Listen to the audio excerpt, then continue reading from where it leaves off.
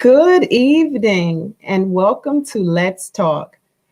This South Carolina native attended Winthrop University, graduating with a Bachelor of Science degree in Integrated Marketing Communications. She is a married mother of three and is the foundation director for a Touch of Speed track club and member of Alpha Kappa Alpha Sorority Incorporated. Please welcome Lamitria's President Streets. Hi, everyone. Let's talk. Our next guest is a proud mother, coach, educator, and author. She is the founder of Well Bliss, a holistic wellness coaching business. As an alum of the University of Maryland and American University, this proud member of Delta Sigma Theta Sorority Incorporated divides her time between the East Coast, where she resides, and the West Coast, where her adoring children live. Let's welcome Yvonne D. Hendrick. Hello, everyone. Let's talk. And now, as a 20-year administrative professional, contributing writer, and blogger, this proud member of Zeta Phi Beta Sorority Incorporated attended Virginia State University. Please welcome Carla Morgan. Hey, everybody. Let's talk. And now, this divorced mother of three is an entrepreneur, professional organizer, and professional certified life coach. She is a member of Zeta Phi Beta Sorority Incorporated and the host of Let's Talk. Let's all welcome Regina Smithwick.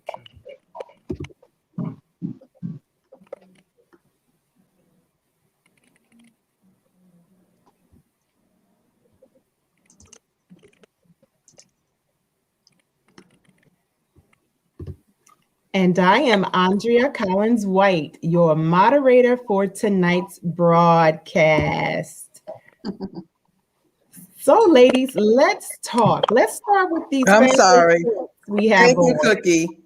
Thank you. I'm so sorry. Technical difficulty. I'm here.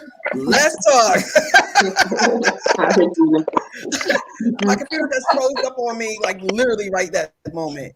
Thank you, Andrea. You want to go ahead and do your intro, then I'll go ahead and start. I'm Andrea Collins White, proud member of Delta Sigma Theta Sorority, alumni of Elizabeth City State University, home of the mighty Vikings. Let's talk. Why did I let you do that? Good evening, everyone. Good evening. Thank you for joining us for another episode of Let's Talk. We are going to have a great show this evening. We are going to be talking about HBCUs, PWIs, and internet colleges. So let's talk.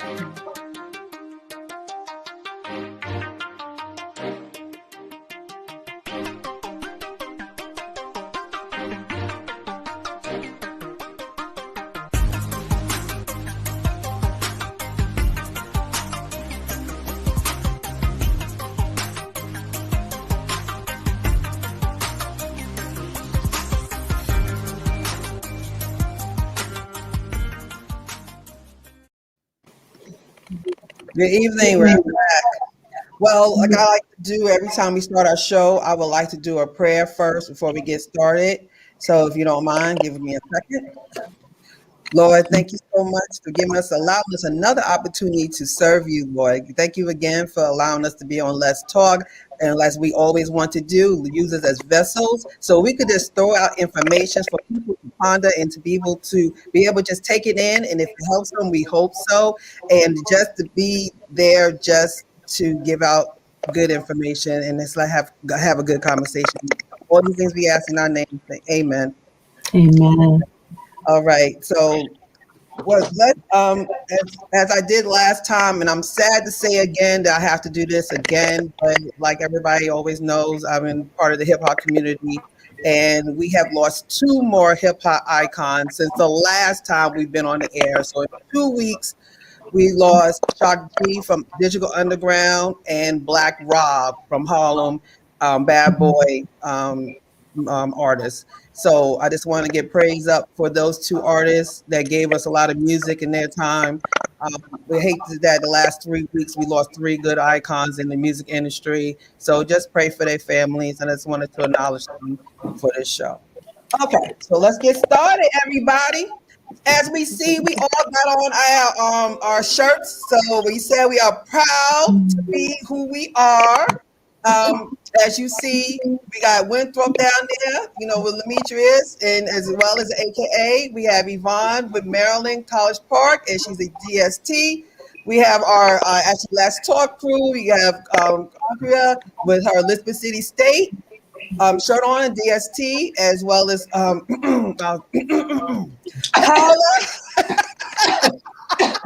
Carla with Virginia State, and as well as me, Virginia State University, VSU.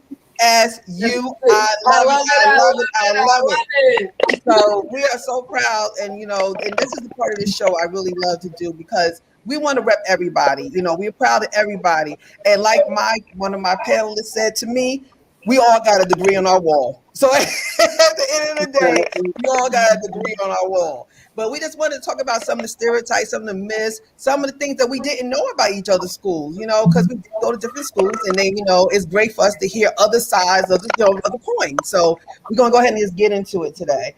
So thank y'all again for joining us. Let's just start it out with this. So I'm going to start with Lemetrius. Lemetrius, why did you choose your school? And we'll go around the horn with this one. Well, I kind of backed into Winthrop. My initial choice was another PWI, which is Florida State University, because they had a major that I was really interested in at the time, which was forensic pathology. I wanted to be a crime scene investigator. Just like you see the people on CSI, that was my path after deciding I was not going to be a defense attorney again. So I did apply. Graduated with a 3.5 GPA, so did well as far as grades was concerned, but had a very low SAT score, around 1,000. So Florida State said, yes, you can come and you can march in our band, be a Seminole, but you have to take your first year at a technical school in Florida and not really get all the benefits of being a true Seminole. So that bundled with the fact that my mom was like, you won't be able to come home that often. I couldn't, I don't think I could deal with that. I wanted to get straight into school because I just wanted to get straight into school. So, so Winthrop came about because I was a teacher cadet my senior year of high school as well. And they have a program with Winthrop because they're known as a teaching school for their degrees in teaching. So we received a free application voucher, and I submitted an application and got a big packet in the mail, no questions asked, no extra anything. And I was just like, okay, I'm going to Winthrop. So that's how I ended up at Winthrop, and God knew better than I knew because it was the best decision for me. Great. That's awesome. Yeah, I know. Yvonne, we'll go to you next. Yes, so I wound up at Maryland because of my great parents. I wanted to go to a HBCU, applied to Hampton and Howard and FAMU and Spelman, got accepted, and my parents were like, that's great, but you're not going to an HBCU. And I'm like, excuse me? I don't understand. Why did you allow me to apply to the school? They're like, well, you wanted to. That was really kind of your business, but you can't go because they're all party schools and you're not going to get anything done. And I'm like, I don't think that's true. I believe I'll be able to go get an education. And they're like, nope. So what are the other schools that you applied to? So they kind of chose Maryland for me because a lot of my family lives in Maryland. So they're like, well, if ever you need anything, you can go to any one of your 10 plus aunts or uncles, cousins, your sister's there. And I'm like, okay, I'm going to Maryland. I did. Actually, Maryland, of all of my PWIs, was my number one choice. So okay. That was your number one. I did also apply to University of Hawaii. That's how bad I wanted to get away from New Jersey. But like Lemetrius, my parents were like, we'll see you after the 4 or 5 years, however long it takes you. Because you're never coming back home in those 4 or 5 years. Right. Oh, that's, I don't know if it's a trade-off, like Hawaii. You know what? If it was today, Yvonne, you probably like holla. I will FaceTime you. You know what? You were like, I can see you every night. So Right. look at You're that probably right. back in 1988 because I'll be like, I'm out. So, Cookie, I'm gonna ask you. Go ahead and ask you what what made you decide Elizabeth City. Sure. You know, I think I'm sitting here listening, and it's really funny that we're all only talking about our undergrad. We're not talking about, you know what I mean, our postgrad. We're not talking about that. So that's pretty interesting. But my undergrad was Elizabeth City State University. And I ended up going to Elizabeth City. It was not my first choice because it's only like 45 minutes away from my hometown, you know. And I was determined I wasn't going to Elizabeth City. There were too many people from home going to Elizabeth City. And my mind, ever since I was maybe middle school, I wanted to go to North Carolina A&T. That's where I was going. I applied. I had gotten accepted and everything. You know, that's where I was going. So one day, my guidance counselor called me into his office, called me and one of my cousins into his office, and he was telling us about this academic scholarship that Elizabeth City was offering. It was the first year where if you had a certain GPA, you know what I mean, it would be completely paid for. So I sat there like, inside, I was like, well, what are you telling me this for? I'm not going to Elizabeth State. But you know, at that time, my mother was a single parent. You know, she and my father had divorced. So the first words that came, I thought other things, but the first thing that came out of my mouth was, this would be a way for me to help my mom. I could help my mom. So I did not want to, but I thought about it, you know, how it would help my mother. So I ended up going to Elizabeth City State University, and it was, I mean, like you just said, Demetrius, that was the best place for me. So I learned a lot at Elizabeth City State University. So, but I just always knew that I was going to go to an HBCU. Both of my children went to an HBCU. My son graduated from North Carolina A&T. My daughter graduated from Howard. My brothers went to an HBCU, and so that it was just something that I just knew I was going to do. And once we get on to other schooling, you know, so I kind of have experience in all of them. So I guess we'll talk about them a little later. Yeah, Carla. Well, little interesting story, but I'm going to cut it short.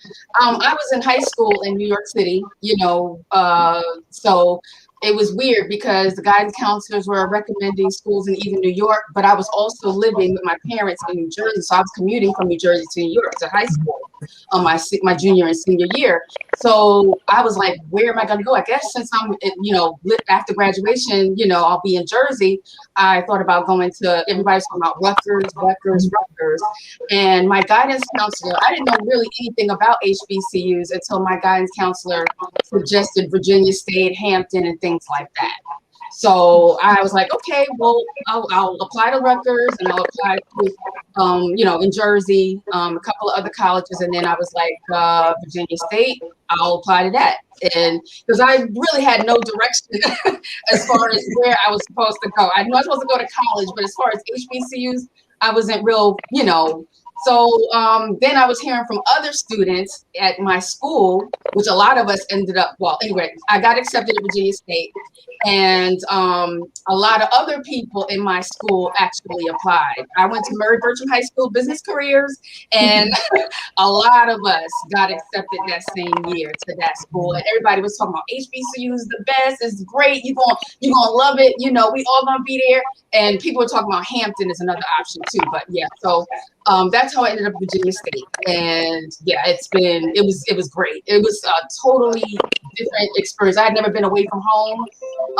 So yeah, I loved it. And yeah, we'll get to that. But yeah, that's how I ended up at Virginia State.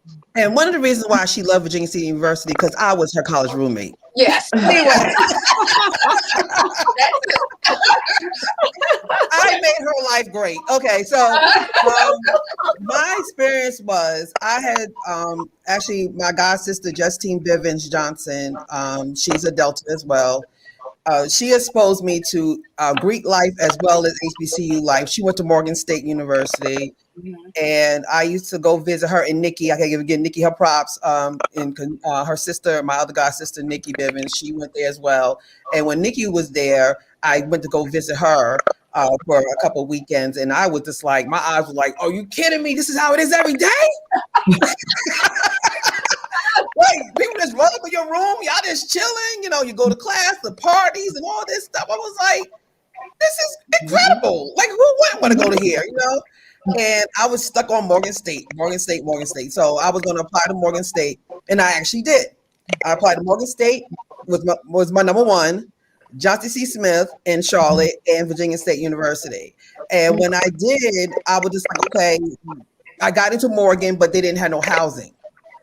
So I was like, I'm not gonna live off campus, especially in Baltimore, in the city of Baltimore, living off campus. And I didn't want that. I wanted to have a campus life. I didn't want to live in a city and commute to campus. I wanted to be on campus. So I had to let that one go. And then I went with Virginia State. And I just kind of went out the blue. And like Yvonne, if y'all don't know, me and Yvonne went to junior high school and high school together.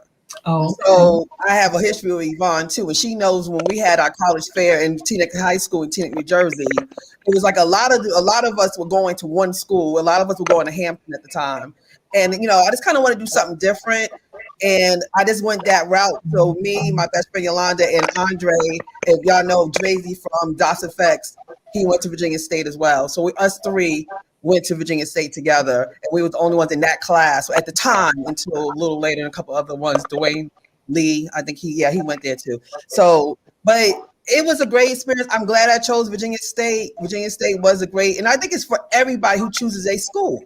They have great experience at their school, and I'm gonna talk about this a little bit. Everybody, I'm gonna go to the homecoming question now. Let's do that right now. So, homecomings. I try to explain this to people. Your homecoming is going to be your best because it's your homecoming. It's your school. You have history there. So at your school and your homecoming is going to be the best homecoming ever because everybody want to claim they got the best homecoming. Yeah, because you went to the school and you got nostalgia. I went to that party there. I lived in that dorm there. I went to that class there. So everybody's going to feel, because other people come to your homecomings that from another school is not going to have that same feeling as you have because they didn't go to that school. Even with a PWI or HBCU, if there's that person's school, they have history there. It's going to feel like it's home. It's called homecoming for a reason. You're going home. So I just wanted to just talk about that. So let's talk about homecomings real quick. So stereotypes are, HBCUs have the best homecomings. That's the stereotype. So PWI, acknowledge us, educate us on homecomings. I'll start with Yvonne. You go ahead. Yeah, that's not the truth because my humongous 30,000+ PWI university, we have had and still have amazing homecomings. Yes, of course, there's the mixture of all the people who go to the university, but as far as the Black community at Maryland, which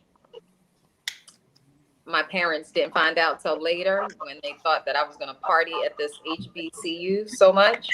They have no idea the parties that took place while I attended University of Maryland. So yeah, homecomings are great, especially because of the Black alum. They put together a whole weekend. It is full.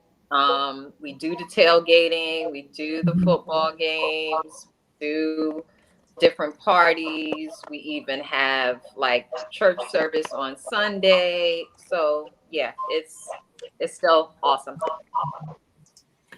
And Regina, I will say to piggyback off of what Yvonne said, I have a cousin who graduated from the University of Maryland, and their homecomings are pretty amazing. Yeah. Yeah. Lim, you wanted to tell us about your homecomings? Well, our homecomings were a little different because we celebrated like basketball. That was our homecoming during basketball season. So it would be around February time frame because we didn't have a football team. Still do not have a football team, but we're undefeated in that area. So that's great, right? But our homecomings were great. Like I didn't feel like I missed a beat. You felt like you were at HBCU because we all rallied and got together, had parties and tailgates on campus outside at the Coliseum, Witham Coliseum, where the games were being played. Now, I never saw an actual basketball game during homecoming, but I was in the parking lot and surrounding areas enjoying the tailgating and the Greek life once I became a Greek. So it was lit. And then plus we were only 30 minutes, roughly like 30 minutes from Charlotte. So we would have venues in that area and have day parties or parties later in the evening. So we really didn't feel like we missed anything. And to Yvonne's point too, you even had the locals that knew, oh, it's Winthrop's homecoming time. This is time that we're going to have the best time that, we can have all year. They would come and, be in the mix as well too. So, it was outside fun as well. So, hey, they were some enjoyable times. I'll tell you that. I figured. I mean, that's why I was saying that everybody homecoming is their home, and you feel like you with your people. So that is going to be the same. It's funny you said that, Demetrius, and I call her Lim, y'all. I'm sorry. I be having all these nicknames for these people.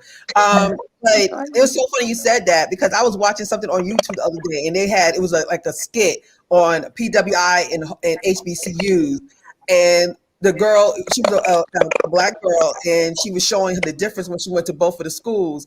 And she had a Caucasian roommate, and the Caucasian roommate was like, okay, like, homecoming, we gotta go to the game, you gotta be there like at 8 o'clock in the morning. She was like, right. I don't go to games. I go to the halftime show. So it was funny how they show the comparisons of how, they stereotype it as in, we just go to see the band. And that's about it. We don't go to the games. But that's not, I would tell you right now, my other roommate, Gail Rowell, she goes to every game. She's there bright and early, and she get mad when we're not on time. And she will leave us in that room if we're not getting out there on time. So we do go to the games too. I just don't. I go to halftime. I'm gonna lie to y'all. I go to halftime. So, but okay. So let's talk about this. Do you feel, and I guess we kind of talked about it a little bit, but do you feel like you missed out on anything? Do you feel you regret your choices, or do you think that you got a little bit of everything in the choice that you chose? Yvonne, you want to take that one? I don't regret it. As much as I kicked and screamed and tried to get my parents, even brought sisters and aunts and other people in to try to help make my point so I could go. Actually, my first choice was Spelman. And they were like, it's not going to work. So you need to, like I said, choose from one of these other colleges. But to your point, when you said, Regina, earlier, like how God knows what you need, where you need to be. He knew what I needed and where I needed to be. And I didn't skip a beat. I didn't feel like I missed out on anything. Being in College Park, we weren't far from DC. So we went to Howard homecoming. So I kind of felt like I had the best of both worlds. So I still got to experience HBCU homecomings, and I had friends that went there. So I would go and visit them. So no, I thankfully can say I didn't skip a beat. I don't feel like I missed out on anything. And I think, Lim, because you had said that you live close to Charlotte too, so y'all both live near big cities on top of that. So y'all had other life outside, because we lived in Petersburg, but we had Richmond 20 minutes up the road. And I think, Cookie, your Virginia have been closer to you, right? Right. Virginia City, like city life, Norfolk and all of that, right. So you still have that kind of life. If you was like, oh, I was missing out. Like I could go to a big city and still do things inside of that city. So that's a good thing too. And like Yvonne said, I attended some of Johnson C. Smith's homecomings too. So I really didn't see a disconnect between the two, honestly. Yeah. So do you think, I'll talk to the PWIs. Do you feel that you had a true Black experience in your school? Do you feel that you missed out on any Blackness, I guess you would say? As for myself, absolutely not. We had what was called the Nimburu Cultural Center. That was kind of Black African American life. The director, the assistant director, they were like parents. Mr. Otis and oh my gosh, I just drew a blank on her name. Anyway, you know, it was like if you're not doing what you're supposed to be doing, they're gonna check you. And that was actually, I think, the point that I was trying to make to my parents, that me going to a HBCU, it's us. And I felt like maybe that experience would give me more mentors maybe in my life that would, if I was getting off track, would make sure to reel me back in. So, but as far as like missing out, nope. I thankfully was able to pledge Delta Sigma Theta Sorority Incorporated. That was just another aspect of having Black/Greek life. We had Black student unions. One of my line sister was the president of BSU. Yeah, and so, yeah, even though like my first roommate was white, that still like didn't interfere with me finding other people, finding my tribe, should I say. I was still able to find my tribe and fit in, and I wouldn't change, now that I've had the experience, wouldn't change it for the world.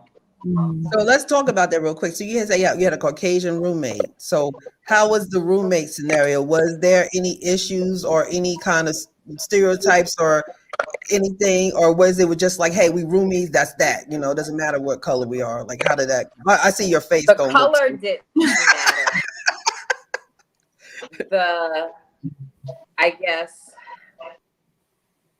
the different lifestyles and culture matter. I won't say necessarily race. She was an agricultural major. She was like even though she was from Maryland, but she was like more from like the more country parts. So I can't even remember where she was from. I want to say maybe she was like closer to like an Eastern Shore or something. She would come in her boots that had mud and just walk right in the room and smelling like she had been with the pigs, the dogs, the cows, and everything else. She had a boyfriend that was really kind of a loser. Again, that had nothing to do with race. Right. But it was like he tried to live there. So there would be times I would come out of the shower and walk in and he's like, hey, bud. And I'm like, whoa, what are you doing here? No, sir. No. And it just kept happening. No matter how many times I had a conversation with Cindy, like it was like, she's like, okay, no problem. And then the next thing I know, Bill, here he go again. He's here again. He's back. He's back. Hear the key in the door. I'm thinking it's her. Nope, it's Bill. Oh, I got to break classes. Dude, go. So what are you? And he didn't live on campus. He lived off campus. So he felt like that was his room. Yeah. Because he had breaks in between. And I'm like, bruh, this don't work like this. It did get to be a little messy because then, you know, you got to get the RA involved. And then I'm telling my sister, and she's not as diplomatic, should I say, as nice way of putting it on. Very good. Yeah. Well, so do you have any issues like Did Lim have any issues like that with other races as your roommates?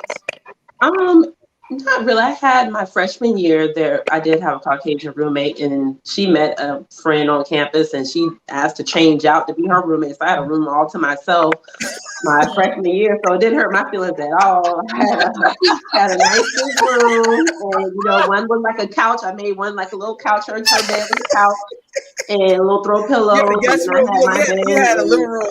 Yes, it was beautiful. And then I think it might have been my junior or senior year. Then I had an exchange student from England come, but she was really cool. She was laid back. It wasn't too much. Yeah, it wasn't a bad experience. So I was thankful both of those times. Good. Yeah, I wonder if you knew, because I know because you're a little younger than us. We all four of us about the same age. When we went to school, we didn't have like technology to tell you all that. You didn't know who your roommate was. You didn't know who you're going to get to. Literally, you walked in the room like, "Hey, how you doing?" Yes. Jump Yeah. out.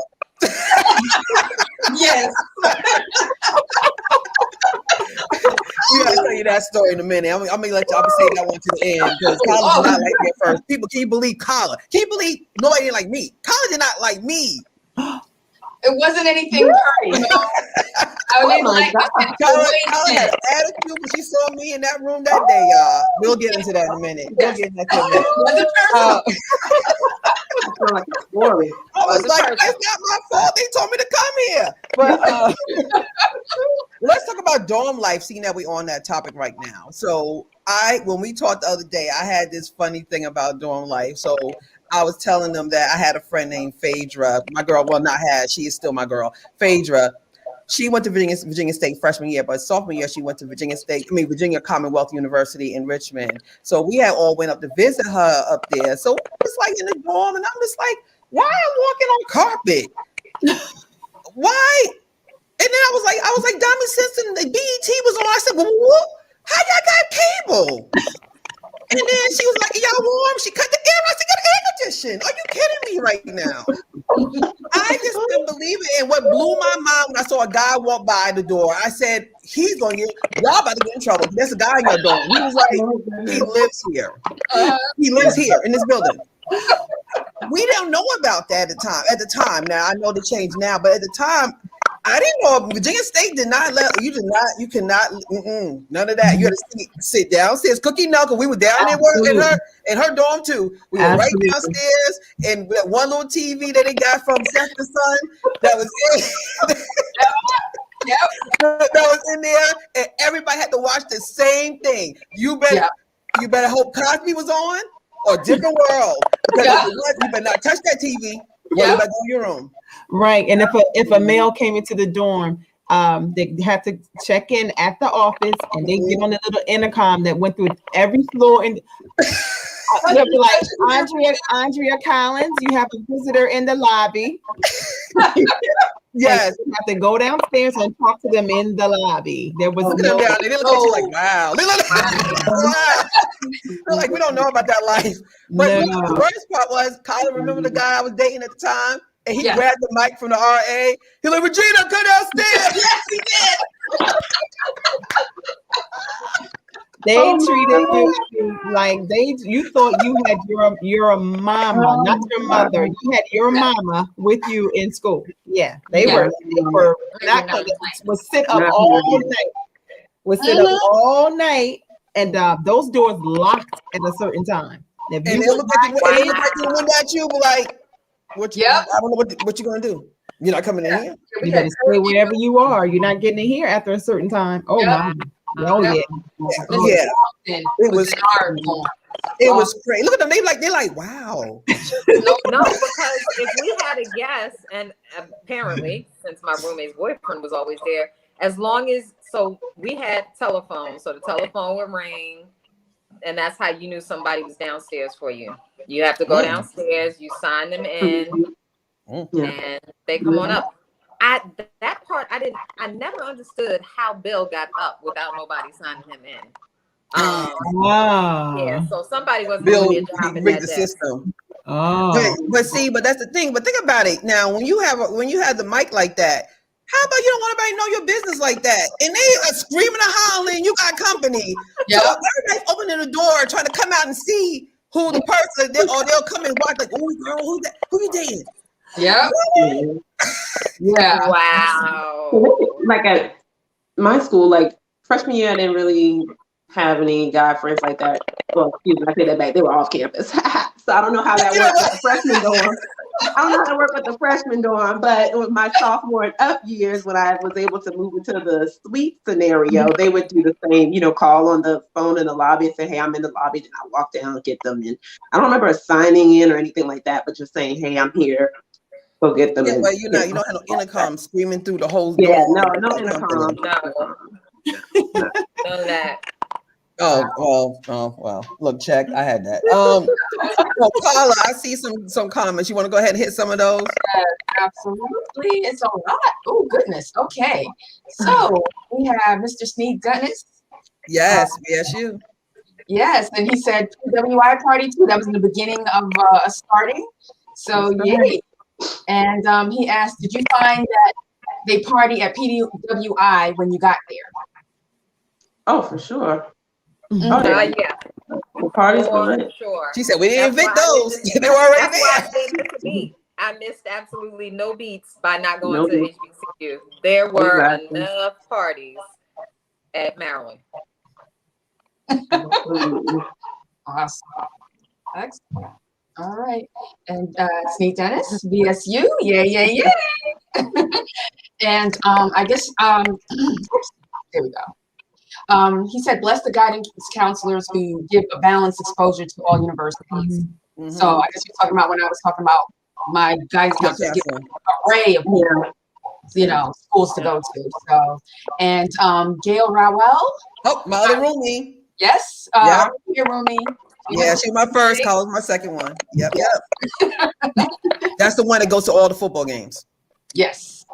Ah, Sneed Dennis again. Yes, the band. The band. Yes. I was part of the band. Yeah, she was. S is a Troy. S is a Troy. She was a dancer. She was a I dancer. was a dancer. Yes. Sneed Dennis, where did all of your parents go to college? That's a good one, Dennis. Yeah, go around the horn. that is a good one. Sure. And the funny thing is, my mom went to HBCU. She went to Benedict College in Columbia. So, but she never like pushed that as what I had to do. Like, you have to go to my alma mater, or HBCU life is the way for you. I think too, because of the type of kid and person that I am, like I already kind of like paved my way, knew what I wanted to do, brought things to her as far as, where I wanted to go to school. So I don't think she felt like she had to kind of push me in any direction, because I already felt like I had it kind of laid out. So, but yeah, my mom is definitely a proud graduate from HBCU. Awesome. All right, Yvonne. I actually was a first generation. Neither of my parents went to college. My mom went to nursing school, but they didn't go to college. Though they came from educators. I never even had that conversation with them. I don't know why they chose not to go to college. On my father's side, I'm not sure if it's his great uncle or great cousin, but he actually founded St. Paul's College in Virginia. So, and they just closed them down. That was our next door neighbors. St. Paul was only 40 minutes from Virginia State, and a lot of people actually Sheen Kester, that my next door neighbor, she went to St. Paul, and her mother went there too. And I think Kevin Johnson for Teaneck went there. I got a good memory. I remember. So, but I do know that school. It was a smaller HBCU, and they closed. I don't know how long ago. Was it like maybe 10 years ago now? I want to say it was like 2013, 2012. Yeah, that they closed. I hated that. That was one of the first ones that went down, and that was really bad, because that part of Virginia is real rural down there. Yeah, they needed that school there, and I hate that they don't have it no more. So, but we want to. I would just go. I'm talking already. I'm the first generation as well. My parents did not go to college. I was the first generation to go. So when you are the first one, is kind of different because they don't have that. They have wisdom, but they don't have the knowledge of colleges. And thank God for my god sisters because they were close enough that they was able to teach me stuff. But everybody don't have that, like colleges said. So I was like, I didn't have no guidance. I just kind of went to the counselor, and a lot of people depend on those counselors for their lives. They're like, look, I need you to tell me what to do. I don't know what's going on. And you just hope they know what they're doing. Because a lot of times we take their advice, because we don't have nobody else to talk to, so that's a good question. Cookie, you want to go next? I'm first generation as well. My father did take courses at Elizabeth City State, but he didn't finish. But I'm first generation as well. Okay. I guess it was a rule in my family. Like my cousins, my siblings, and we knew college it wasn't a question. Like we knew that we were going to college. You know what I mean? Even though my parents did not. That was something that we just knew. Yeah, exactly. And that's how I feel. I think that I'm glad that we did decide to go because now our children is benefiting from us going to college because their mother went to college. So had that, instilled, and we're the ones now instilling in ours to pursue. And I would say this at Teaneck, New Jersey, Teaneck was a place that it didn't say, are you going to college? It's where you going to college. It wasn't like you did not think about not going to college from Teaneck. You were going to college, but where? Right. So that Teaneck helped out a lot with that for me. What do you think about Yvonne?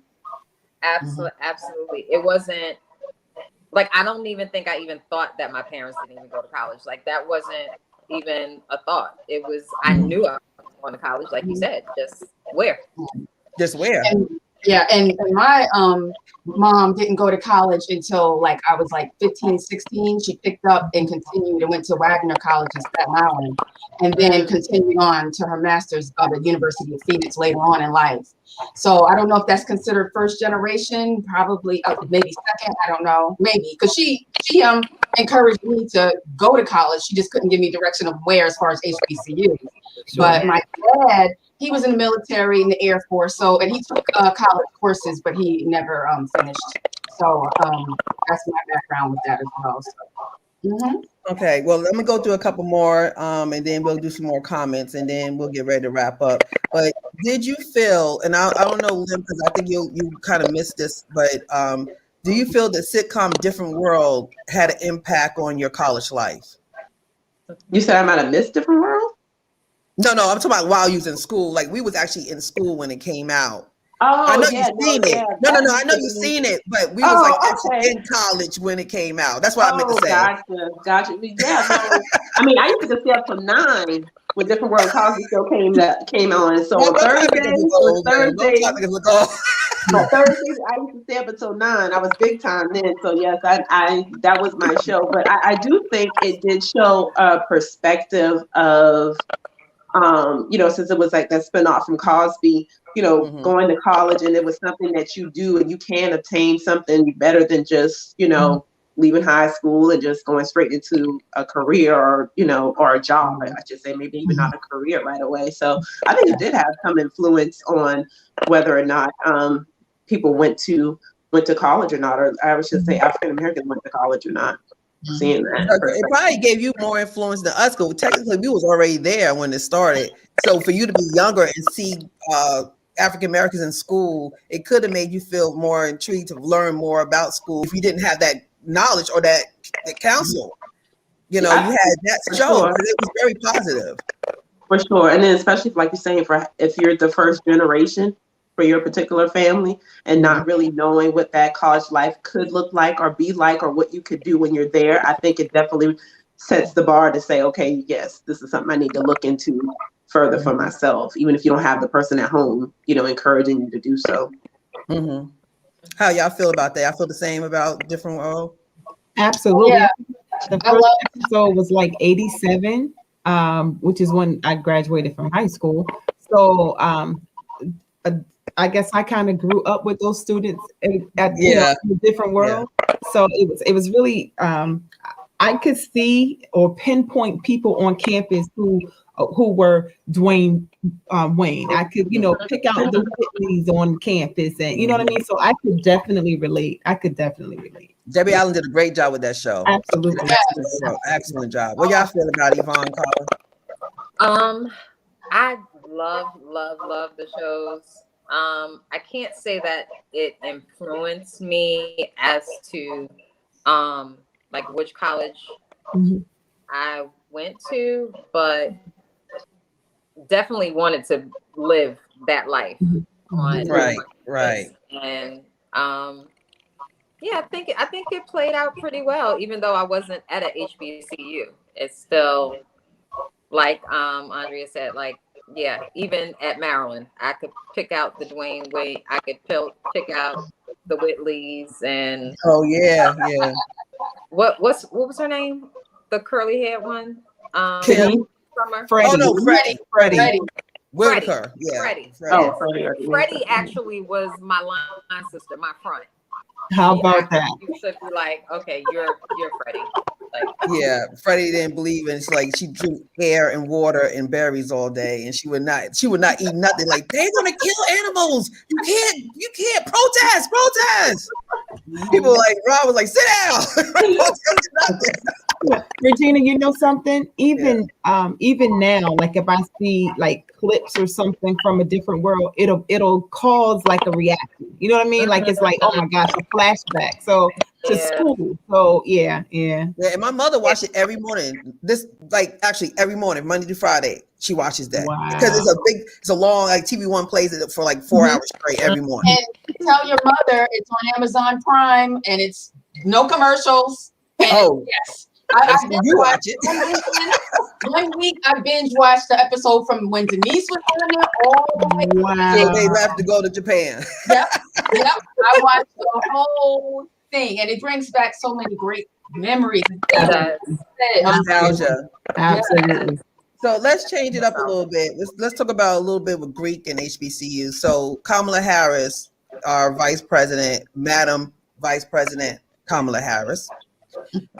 As we all know, she actually did a something that nobody ever done before. She put us in the forefront of her campaign.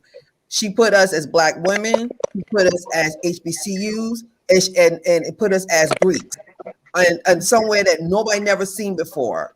And like we were talking about, like since she did her speech and when she said Divine Nine and AKAs, like all the reporters, everybody started looking up all this stuff. It's like, what is this? Is it a gang? Is it what is it? Like they didn't know what it was. Because some of them not exposed to that. And then when they start seeing all these articles and all these TV shows about Alpha Kappa Alpha and and Howard and all that stuff. So do you feel that Kamala Harris kind of elevated HBCUs to another level now, that you feel it would never go back to where it was? Like, was it a positive, or you feel that it's going to be like a fad or fade? Anybody want to take that? I think it might be a mix. Maybe a mix. Definitely elevated to where more people will probably look into research and maybe apply more. So if they maybe not have thought so before to HBCUs, but to the fad situation, that could be, you'll get a couple of those in there too. But I think they'll all weed themselves out as time goes along and they actually get into school and see, because everybody doesn't necessarily stay where they started. So and see what the different life is about, even what Greek life is about, if that's even something that they really want to pursue. So I think she may have put it, maybe, I won't say necessarily under a microscope per se, but just basically bringing it more to the forefront for people to look more into, I think, the HBCUs and sorority or in Greek life. What is that? Look to your left or look to your right? One of y'all will not be here. Right. We have that conversation every. Yeah, that was the good. We got the speech of the president going, and the first thing he said, the party is now over. That was his first words to us. Dr. McClure, the party is now over. I said, thank God. So what in the world? Where did we go? But yeah, so I feel that too. So let's be talking about Greek life a little bit. Let's talk about that. So do we feel that Greek life, seeing we all are sorority sisters, do we feel that Greek life is different with a PWI and with HBCU? Do you feel there was any difference? I don't think so. I think the only difference are the numbers. Like at Maryland, I was one of 14, smack dab in the middle of 7. So no, we didn't have the 50, 100 people on a line. That is what I feel is the difference. Now, if we're also talking about when we attended college, that's a difference also because the pledging process has changed. The initiation process, all of that has changed. I pledged spring 90 and we were still allowed to pledge. We were above ground. We were walking that campus in those black trench coats and berets, and heels and skirts and stockings and slips and sweating our lives to death because we're in April and in Maryland it was, I don't know why it felt like it was 1,000 degrees hell in April. Yeah. But Lynn, what about you? What do you think?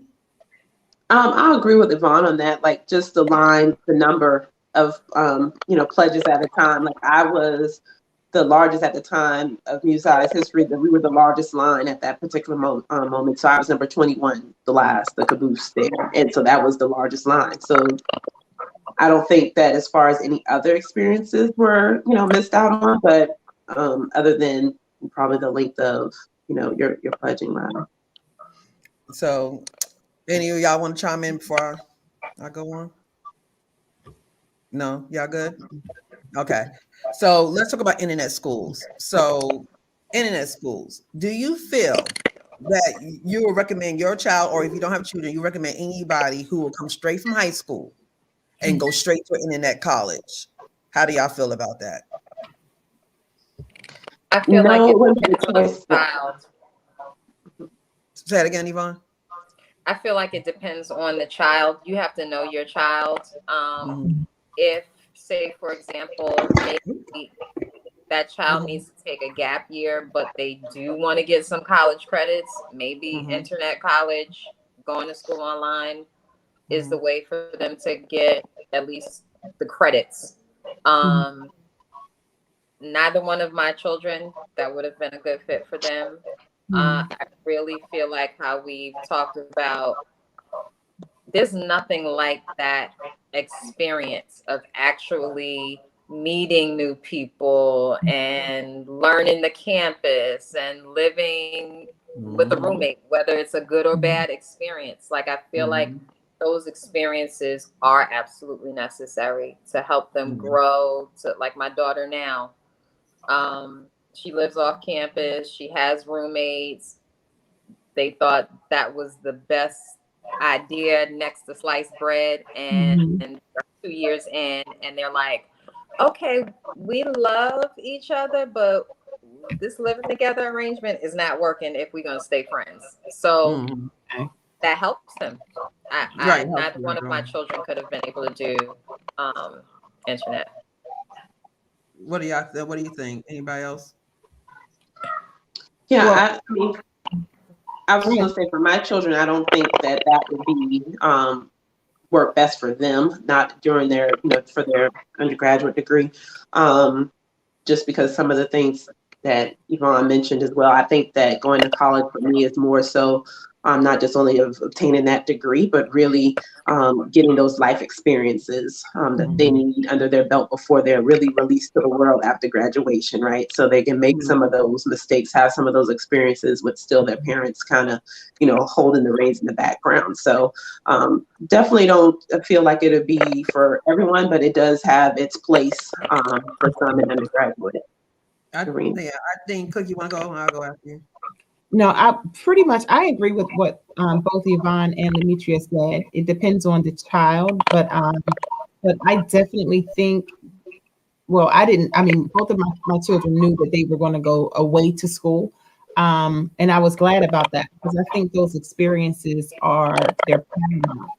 I have experienced the undergrad HBCU. My first master's was at a PWI, University of Delaware. My second master's was non-traditional. It was a hybrid format. So some of my classes were on campus and some were virtual or online. And I'm now working on my PhD, which is completely online, but I'm the only student in the class. Every course is just me and the professor. Wow. It's just me and the professor. So I can't hide behind a group. I can't, you know what I mean? So You didn't come to class. I guess I did. there's no discussion boards. Like every conversation is with me and the professor. So every discussion on the readings, everything, every research is just me and the professor for every course. That's a great So experience. that's the design of the university I'm in now. So having experienced all of it, I would definitely say that I would encourage any and every young person to go away to a college, whether it's HBCU, PWI, whatever. Get that experience. But that's what grows us. That experience grows us. College is not, like I told my children, college is not just about books. I don't ever lie to my kids. No, Sure. I want you to party. I want you to have fun. I want you to meet those friends that's gonna last forever. But I want you to go to class. I want you to do your work, and I want you to pass your class. It's called a life balance. That's how you learn how to do life balance. Because when you go to the real world, you got to balance your life as well. So it gets, like you said, it gives you that protection a little bit. Yeah. Because you still got somebody asking you questions like, okay, let me see the report cards, let me see the grades. People still on you, but yet you got to go. It's Tuesday. I have a class. I have a test tomorrow. There's a party. Should I go to the party and hope I pass, or should I stay home and get this last study in for the class? Like that's what start teaching you that. I feel that if you stay at home, especially the first year, except if you do a gap. I know people do the gap thing, so that's a little different because they plan on going the following year, so that's different. But if you just plan to say, you know what, I just rather stay home, go to class, and just go online, they're gonna miss the growth. Yeah, right. That's true. For a minute, because living with a roommate is not just, and I'll tell you the story now. So living with a roommate is not just the fact of living with a roommate. It teaches you how to deal with people in different races, cultures, backgrounds. It teaches you something. And, the story was, I was rooming with Gail. Me and Gail had to leave the room because the conditions in my room, I had water coming through my lights. So they didn't want us to burn up and get sued. So they split us up, and then the lady told me where to go. She said, "You go to White Mall, third floor." I went to the room. I went to set up my room. I had all my stuff laid out. Carla comes from class. She opens her door, and she's like, "Who are you? Why are you in my room?" They didn't tell her that I was supposed to be in her room. Oh. So I'm just like, you know how I am. Hey, I'm Regina. How you doing? Nice to meet you. She was like, yeah, the door was wide open. I come upstairs, the door is wide open. Her stuff is outside. I'm like, what? And the next thing I see is her face. And then she's just like, hi, I'm Regina. And I was just like, and I was enjoying having the room to myself. Because I was like, Demetrius, I had, the girl went off campus with her best friend and the roommate I had before, and I had the room. So I was just like, yes, I'm by myself, and the suite was had bathrooms and everything, and that was it. So I was enjoying life. And then here comes Regina, just crushing it. And I'm an introvert on top of that, and an only child. She was 2 at the time. I was like, oh my God. So it just, she just busted my bubble, completely busted my bubble. And she was like, "You're only child?" I'm like, yeah. I was a totally different only child. Like a lot of only children are like, not a lot of them. Well, I know the ones I know are introverts, except for Alexis. What's up, Alexis? Me and Alexis are same. We both outgoing, out there, kind of only kids. But there's a lot of them that are introvert and they like to have their own space. They don't want to kind of go outside of that. I push kind of out of that comfort zone. I always, for 30 years, I've been pushing you out the comfort zone for 30 years. You want to watch you on the show, people? Because I push you out her comfort zone 32 years later. That's what extroverts do with introverts. They adopt us. So You even though we didn't have a great beginning, as you see, it turned out wonderful. Yeah, So, and you build those friendships all those years, and you know. So yeah, and that's what we all experience at all our schools, PWIs and HBCUs. We experience friendships and longevity. Like, you want your kids to have that. These kids today don't attach as much. Like, we've been friends. Like I said, I need to have an episode just about T-Neck because y'all will not understand the way we were raised. Like, my friends, like, you don't understand T-Neck. T-Neck is a whole nother world. It's like the Matrix. I don't know too many people who was raised like us. Like, to this day, we are like this. If something goes down with one of us, I don't care if I ain't talked to you for 20 years. What's up? Where they at? What do they need? That's it. We don't ask questions. What do you need? We're going to be there for you. Everybody doesn't have that. So, you know, when you have these colleges and stuff, take advantage of it. Get out and explore your colleges. Go learn people. Go meet friends. Hang out with them. Bond. Because look at us now, 30-something years in the game, and I'm still got them on the phone with me. Right. They don't go away. So don't do that. Like, really learn your campus. Not run off and go to get an apartment first time. Go stay on your campus. Learn your way around school. It's the fun part. You're gonna miss out on that. So, so let's see here. Now, do you think the internet colleges, like we were talking about? I did expose the ladies to something new the other night. I ran into a sorority just for internet schools. Yvonne, put your head up. I ran into a sorority. I was online. I don't know how I did, but I was online, and it was a sorority. It was based just for internet schools only. Okay, their colors are, what is it? Lilac and green. And the mint green. Mint green and lilac. Now, the reason why I'm bringing Cookie, fix the face on. The reason why I'm bringing this up. It's the way of the world, y'all. Things are changing. So somebody decided that they didn't want to get left out because they didn't attend a traditional college. So they're saying the way of the world is now is internet, online, schools. So they want to get the same experiences like going on campus, they want it online.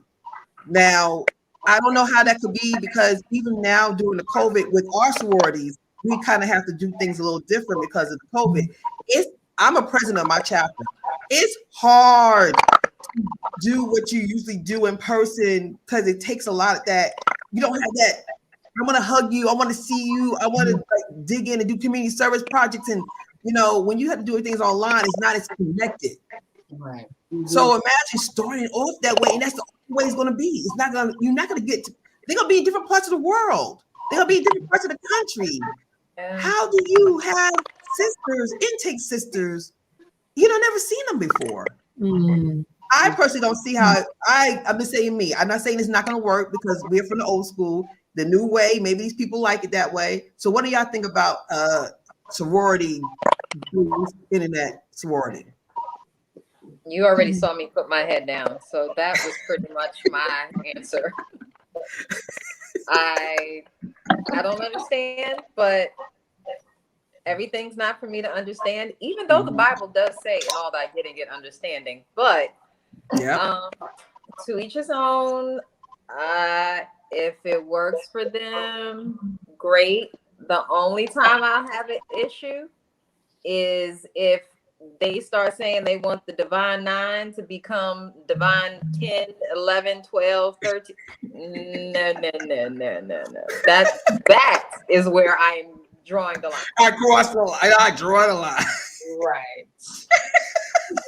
She said, look at Cookie laughing at you. He said 9, 10, 11.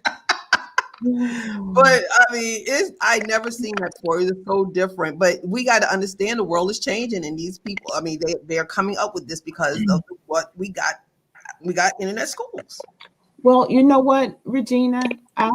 As you know from all of your visits to Elizabeth City State University, home of the mighty. As you know from your visits there, Well, actually, I guess we saw it after I graduated, and we would go back to homecomings, and we would Oh walk yeah, and homecoming. we'll Yes. see the plots, and so we're like, well, what is that? And who are they? And who is that? And so, yes, this online sorority. Okay, but there were people who were just starting all kinds of sororities and fraternities. They're making up. Okay, we all live in this dorm, so let's be this. Let's make up an organization for that. You know what I mean? So, yeah. I don't get it, but I guess everybody wants to be a part, Everybody wants to be a part. Just So create a club. Like, just go create a club. right. Like, that's the club, sorority, fraternity. Right. No, not the same. Yeah. Yeah. But I mean, we're going off a little off track, but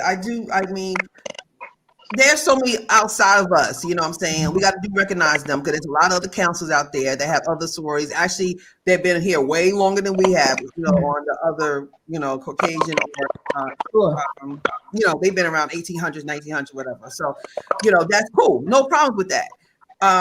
Because, we all have a purpose. We all have a purpose. We all got something that we contribute to this place called, life and work. So that's cool with that.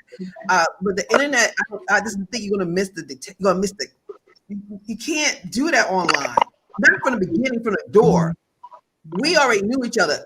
Pandemic happened. You do what you got to do, but I already know you. I'm not starting off with you like this. Like, you all up here. I don't know you. And he's like, okay, welcome to our sorority. Everybody like, yay. Like, I don't know these people. Mm-hmm. I think it's going to miss something. And I hope it doesn't water it down because of the bonding can't be the same. I'm hoping that it doesn't water down the whole concept of sororities, fraternities, because it doesn't have that connection thing. I'm hoping it doesn't do that. But we'll see how it goes. I just saw it. Carla, we got a lot of comments. Let's run through those, and I'm gonna do spirit tight, run through real quick, and then we'll close out. Okay, so let's go all the way back because it's a lot since we last hit this. Daniel Boone said hi, Regina, and he said Daniel Boone Deuce, and he said I had 3 white roommates during my college years, no problems. Oh yeah, that's from T-Neck. Yes. Mm-hmm. She's from T-Neck. What's up, girl? Actually, she's an SG Row. She's an SG Row. She's at Penn State. Yeah. Awesome. Hello. She also added we had cable phones, micro fridges, and yes, whatever, guys, Danielle, at any time. Blah, blah, blah, blah, blah, blah, blah. She said cable. Step up. She had a micro fridge. She said no signage for us. Again, blah, blah, blah. Show off. Right. Show off. Yeah. Gail, again, hey, Rumi, thanks for the shout out. Come on, yeah, you know that. Steve Dennis, HBCUs get a lot of generalizations by people who do not know their work. That's a good point. Yeah. Absolutely. Very good point. He said trumpet, VSU here. And we talked about the band. He says, I do not understand parents who went to HBCU that discourage their children from going to one. The discourage or more or less giving them options? Is that a difference? Because you can give your child options and tell them the greatness of both sides, or just say, hey, this is what I did, was my experience. I'll love it, but if you don't, I'm giving you free range to do what you want to do. So or maybe that parent didn't have a good experience at a HBCU, right, and maybe that's why they're discouraging their child. That's true. That's true. Or they know their child and know that won't be a good fit for their child. That's true too. There's a lot of parts to that one. Yeah. Dwayne Harley, Hampton University is in the house. Yeah. Harvey. That's Dwayne. It's T-Neck in the house again. Hey, Dwayne. In the house, 88. Oh, it's great. Okay. He said, what year were you in Essence? I was in 89 into, 90. That's when I was in Essence of Troy, Dennis. Sneed, Dennis. And he said, what year did you all graduate from college? I'm not giving that information out, but y'all go ahead. 91. Let's just say I wasn't able to complete it in 4 years. We'll leave it at that. That's a good answer for all of us. We got the debris on the wall. That's what matters.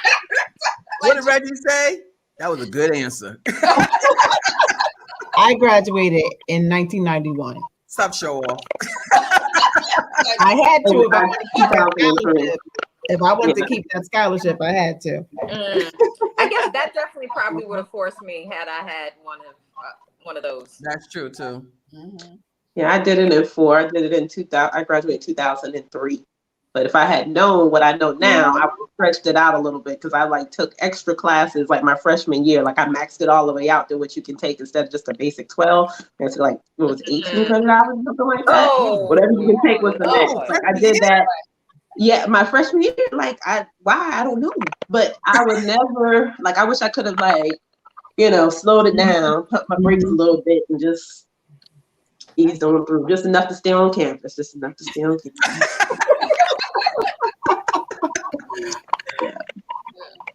Listen, did any of you watch College Hill? I did for a little bit because College Hill, I think Virginia State was on it for a minute, right? Yes. Yeah, they Yeah, did that's have what they did have a season at Virginia State. They did. Yes. Dwayne Harley, A Different World was based off Hampton University. Of course he would say that. Yeah, it actually was, so he's right. Mm-hmm. And he says it's Black culture no matter the school. Absolutely. Mm-hmm. Yeah. Yep. Absolutely. Steve Dennis, did any of you have any white Greek brothers or sisters? Not on my Not line, that, but in my yeah. chapter, yes. In my Thank- chapter now, yes. In my chapter, yeah. In the, yeah. I have, in my chapter, but not, then. Same. Lori Chapman, big ups to Bill Cosby. He knew the impression it would have on young minds. Yeah. That's true. That's He- true. yes, He was very visionary. good in college. He was a visionary. Absolutely. That is so true. Mm-hmm. Daniel, it's up to us to make it not make it a fad. Talking about HBCUs. With the Kamala Harris part. Yes. Yeah, I agree. I agree. Mhm. Mm-hmm. And I think a lot of that, of like all of the notoriety HBCUs are getting now, I think that also has to deal with the climate that we're in now, the climate of our country. Yes. Because Yes. with Black Lives Matter and all that, so people, they're wanting to be together, come together. I don't want to go to a PWI because of what's going on, in America right now. So I feel more comfortable with my people, or with my tribe, as we said, Yvonne. So I think that has a lot to do with it as well. Yeah. And I feel too with that. I had a conversation with a couple of my cousins. I was telling y'all, and we was eating dinner one night, and we were going back and forth teasing each other about HBCU, PWIs, and stuff. Mm-hmm. And then I kind of thought about it, and I was like, you know what? This is like what it really is about. We need to have everywhere. Okay, so you go to the PWI, you let them know that we're here. Mm-hmm. Yeah, it's not just you. We're here, and you're gonna do us right, and we're gonna make sure that because I should be able to go anywhere you can go, and then let us come over here and hold us down because we know why we're here. They were here because we wasn't allowed to have them. We wasn't allowed to go there at one time. Mm-hmm.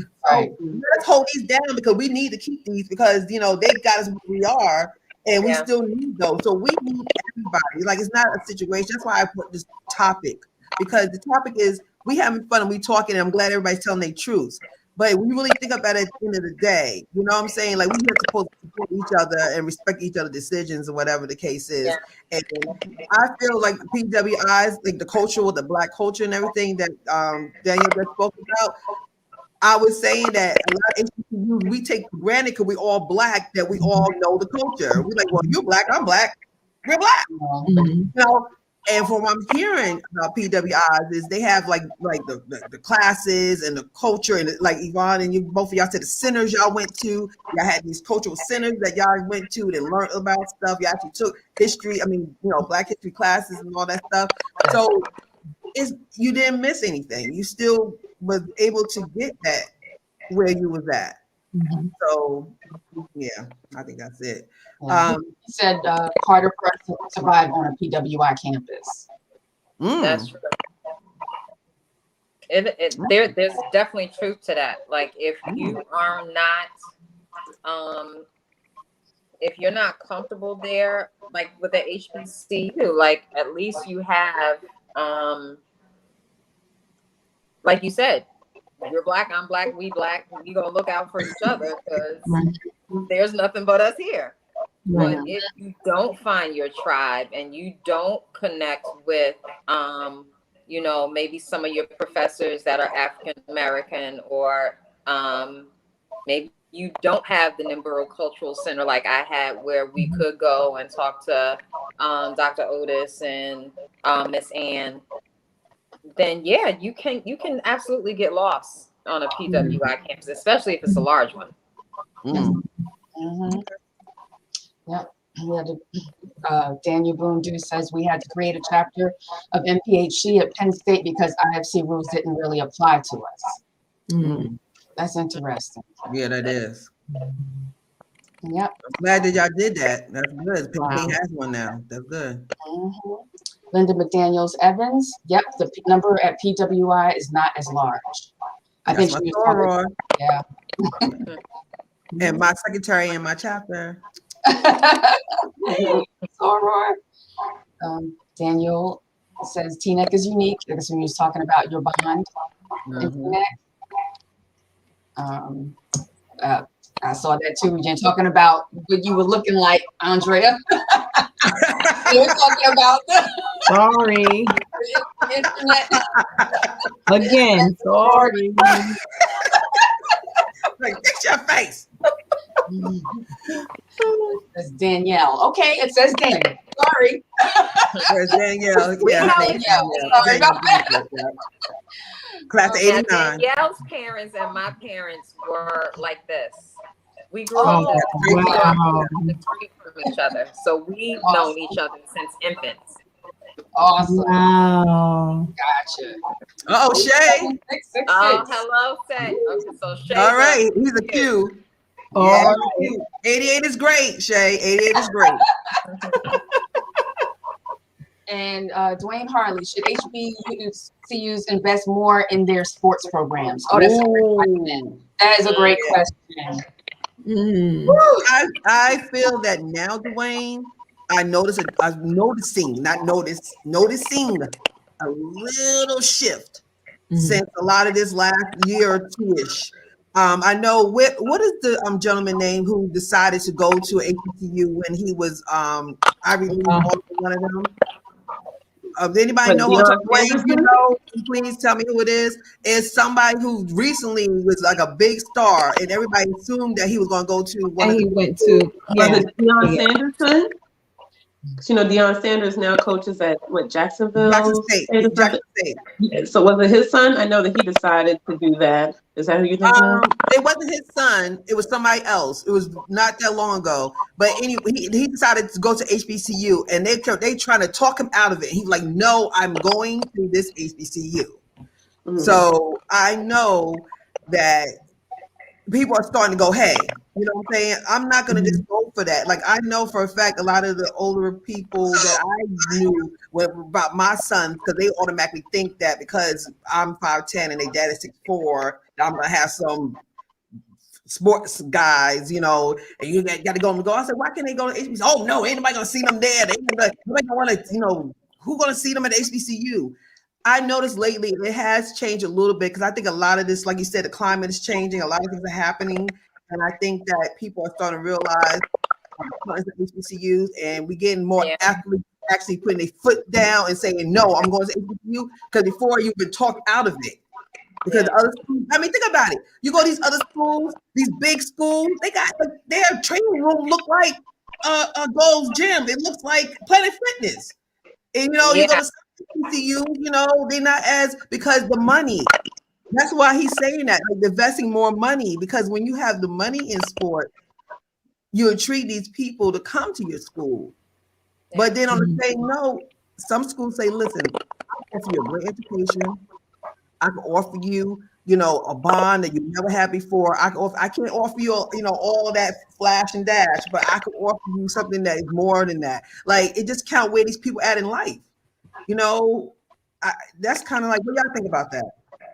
I did read somewhere where there was some NFL players that were getting together to do like a combine just for like the HBCUs so they can get more exposure on the players that attend there. And I think I mentioned that too before when we were talking. Is that for my son?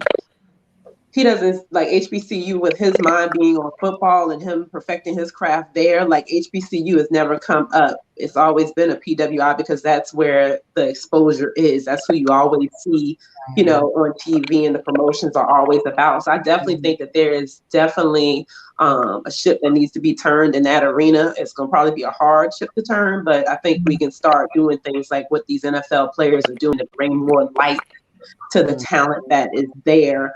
Because I do think that they have to, if they don't, aren't really stand out at the HBCU, they have to put themselves in the forefront to be seen. And so it's a little bit harder road, I believe. Okay. All right, Carl, go ahead. I know you got a lot of comments for me. Yes. Danielle says no worries, I guess, about getting her name wrong. No. Thank you. Sorry. Donna Pazant says it short. It's 88. Donna. Another sorrow. I hate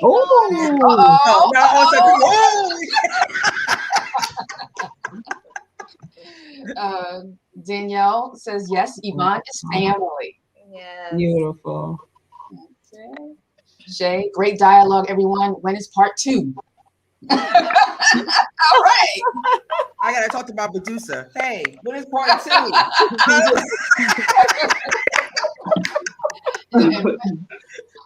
And when is your 6 edition airing? Starting something. You know what? I'm gonna talk to Donna about that because Donna has a podcast too, and we were talking behind the scenes. So Donna, we got to do something, man, about 07666. All right. Dwayne Harley mentions. I knew he knew. Yes, that's who it was. Regina, I was just getting ready to say that, but you went on. I muted myself and quickly asked Jay. Who was the guy? Yeah. Awesome.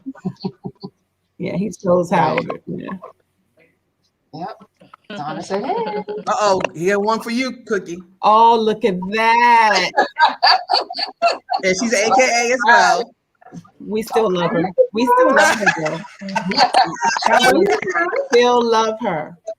Yes, we do. See? Look, see? All right, Donna, good. All right, we're gonna do something together on that one. All right, Shay, I think your answer is we're gonna come with the 07666. We got it. I think it's really a good topic to talk about because people don't know. It's really different. Yeah, okay, y'all. Okay, get it in. That must be that's to you, Demetrius.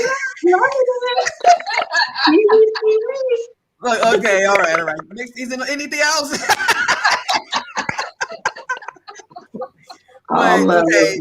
Well, let's do the stereotype round real quick, and then we'll close up. So I'm gonna throw a couple stereotypes out to y'all, and then y'all tell me whether do you think it's a stereotype or not. So, do you feel a 4.0 at HBCU is not equivalent to a 4.0 at PWI? They're equivalent. They're equivalent. I think they're equivalent. Now, everybody's perception is different. So if you put that on your resume as you having a 4.0 from HBCU versus a PWI, that employer may take that as meaning that it is less than, depending on who's receiving that resume. But in my mind, I believe that you still had to put in the work for the 4.0. It wasn't, I would hope that it wasn't being given away to you, but I've never really heard of there being a gap or a lack in the necessary, the difficulty of the classes and obtaining the, your degree from HBCU versus a PWI. Okay. Do you feel that you would not be ready for the corporate world if you attend a HBCU? Stereotype. Yeah, definitely stereotype. I feel like that was the mindset from my parents. That was their push. You came from a Black family, you have Black friends, like that's enough. once you get your degree and go out into the real world, you're not just going to go into a corporation or a company or a business where there's only Black people. Mm-hmm. And I get it. And once they started saying that, I started taking on that mentality until I got to Maryland, and I was like, that's dumb. Like that's dumb. That's just dumb. Yeah. So how do you feel about this?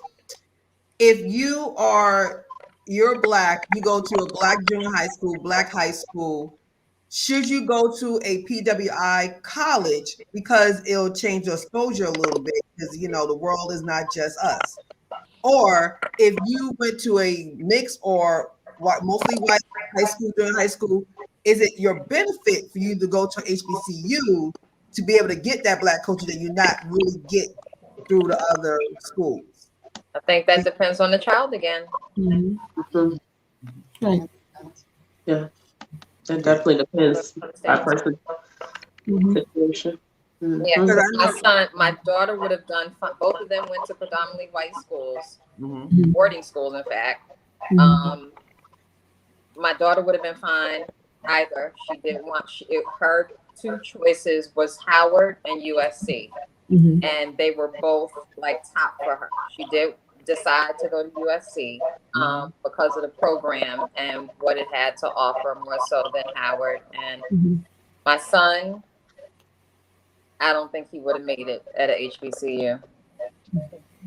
I would have loved for him to go. That was actually my push because I did feel like he needed more exposure to our culture. But I don't believe he would have done well because of the experience that he actually had when he was in public school in TNEC. He had a horrible experience with his peers that were and I think that left a really, really bad taste in his mouth for just being around a whole bunch of Black people all at once. Okay, good. That's good. Like you said, it does make a difference when you do that. And the last one is, do you feel that the PWI has a better level of education? Nope. I've never attended PW. I mean, I have. You mean undergrad? Like Undergrad. Well, I master's degree. I mean, I didn't think that University of Delaware was. I mean, I didn't see. I had challenging coursework in my undergrad and my my master's and the second master's and what the program I'm in now for my PhD. So I really don't. Of course, that was a different level. You know what I mean? One was undergrad, but I don't think so. I think that from that aspect and looking at colleges with my daughter and looking at HBCUs, because I do think that and she feels like that works for her as well. But just with what she wants to do, I don't see the options as much as far as majors and minors. Like they're not as plentiful or diverse at HBCUs than the offerings that are at PWIs. So I see that they have more of major and minor offerings that some of, she wouldn't be able to get. She would have to do like a, whatever her second career choice or what would be if she attended like a HBCU. So, and that's one thing that we haven't really talked about. That is one of the reasons why you choose your school. It's because of your career path, whatever you want to take. There's some schools that's not going to offer everything that you want. And you may have to go to a school that you didn't think you had to go to if you really believe this is what you want to be. I know a lot of us change our minds midway or because we're young and we want to do something different. But that is a big factor in your school choice. And finances. Yep, that too. Just because you go to HBCU, ladies and gentlemen, there's a lot of private ones out there that cost an arm and a leg. Yeah. Just because it says HBCU doesn't mean cheap, everybody. That does not mean cheap. Because there's a lot of them out there that cost twice or three times some of the state schools. Absolutely. So you can't go by that either. Absolutely. Just bad or worse. I have my daughter is a Howard University alum, and yeah, you're right. Yeah, as a parent, right? As a parent, yes, she's ma'am. right. I see that. Yes, ma'am. Yep. So you definitely have to be careful about that. Well, we're gonna get ready to close up. Is there any other questions? Okay, I see a couple things going down. You want to take care of those, Carla? And then you go. People were answering the question, and one Terry Gallup said equal as far as the education of HBCU and PWI. Danielle, SG row representation. That's right. Dwayne Harley, so that's a good question. Good question. Terry says it was a stereotype, Okay. and that it's HBCU. And Danielle says, attending a PWI in Pennsylvania, coming from Teaneck, I learned that there are white people who have never seen a black person before. There was no place to get your hair done and some other things that you take for granted. Okay. You said nowhere to get your hair done. Wow. You don't think about that going to school. You just be like, oh, I'll figure it out when I get there. I was a hairdresser in school. They were coming to me. Yes. I was a nail tech and I was a children's girl. I found the one only black girl that did hair at hair cuttery. Really? Wow. But Yvonne, let's be real though. You the first one that came back with asymmetrical when you came back from Maryland that summer. Oh, yeah. Black day. I was like, what is that? Yvonne came back when her hair was short right here, long down here. I was like, what is that? She's like, asymmetrical, they doing that in Maryland. Okay. All right. Thank you so much. We're gonna get ready to close up. And before I do, I always close up with a business. I love to do entrepreneurship. And I wanted to definitely recognize another business. And if you have any businesses of yours, ladies and gentlemen, if you just get to me, I would definitely represent your business. And I do appreciate y'all actually commenting this evening. So give me a moment and I'll get this up for you.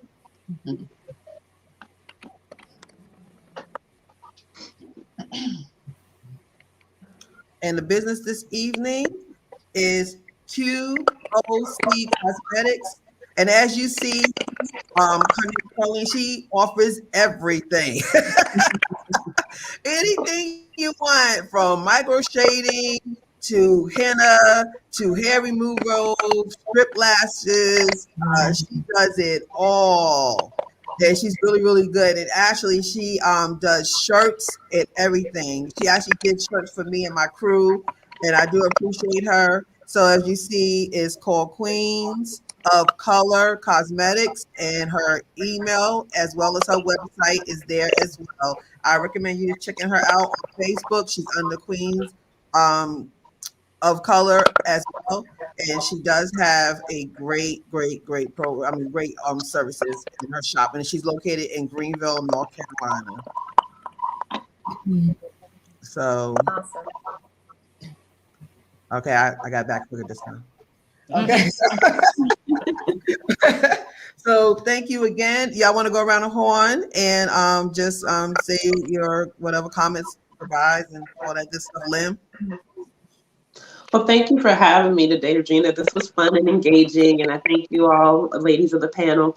I appreciate it, and hope to be back on another time. Oh, you definitely will. Definitely, Yvonne. Yes, I truly thank you for listening to God and reaching out to me and having me this evening. This has been a lot of fun. I enjoyed you ladies, and I look forward to the 07666. Yeah, you know that's gonna be a crazy show. Woo! I gotta start working on that one. All right, Cookie, you have anything you want to say? I certainly do.